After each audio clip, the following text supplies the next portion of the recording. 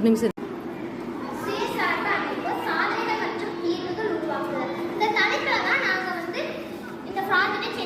இதோட நோக்கம் என்னன்னா, இந்த உலகத்துல மின்சாரங்கிறது ஒரு முக்கிய தேவையாக மாறிடுச்சு.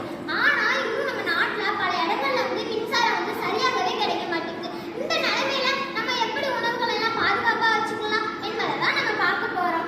இதுக்கான ஒரு எளிய தீர்வு தான் இந்த இயற்கை குளிர்சாதன பெட்டி. இது 100% இயற்கை பொருட்களாகவே நாங்க செஞ்சிருக்கோம். இது சுற்றுச்சூழலோட நட்பு வச்சிருக்கு. இதுக்கு மின்சாரமே தேவையில்லை.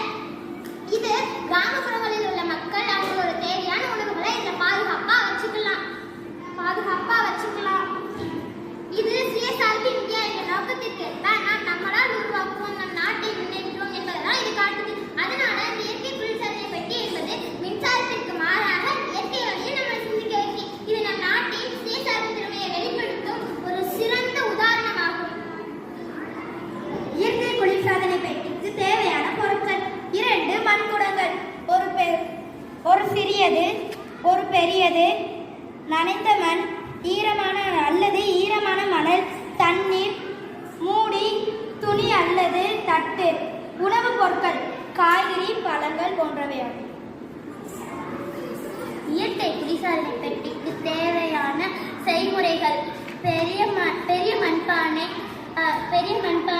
அதனுள் ஈரமான மணலை பரப்பணும். அதுக்குள்ள நம்ம சின்ன மண்பானையை வைக்கணும். அந்த சின்ன மண்பானைக்குள்ள இந்த மாதிரி நம்மளுக்கு தேவையான காய்கறி, பழங்கள் இந்த மாதிரி போட்டு வச்சுக்கலாம். அது மேலே துணியை கட்டும் போது இந்த துணி எப்போல்லாம் காயுதோ அப்போல்லாம் நம்ம தண்ணியை தொடிச்சு விட்டு நம்ம பார்த்துக்கலாம். இதுவே நம்ம இயற்கை குளிர்சாதனை பெட்டி செய்வதற்கான செய்முறையாகும். இந்த மாதிரி செஞ்சாதான் நம்மளுக்கு 3 நாள்ல இருந்து 4 நாள் வரைக்கும் இதில் உள்ள காய்கள் கெட்டு போகாம இருக்கும். இதுவே நம்ம இயற்கை குளிர்சாதனை பெட்டி செய்வதற்கான செய்முறையாகும். உற்றுநோக்கங்கள்: மண்குடம் வழியாக தண்ணீர் நீர் ஆவியாகும் போது சுற்றுப்புறம் வெப்பம் குறைகிறது. இதனாலே உள்ளே உள்ள பொருட்கள் குளிராக மாறுகின்றன. முடிவு: இந்த இயற்கை குளிர்சாதனை பெட்டி மின்சாரம் இன்றி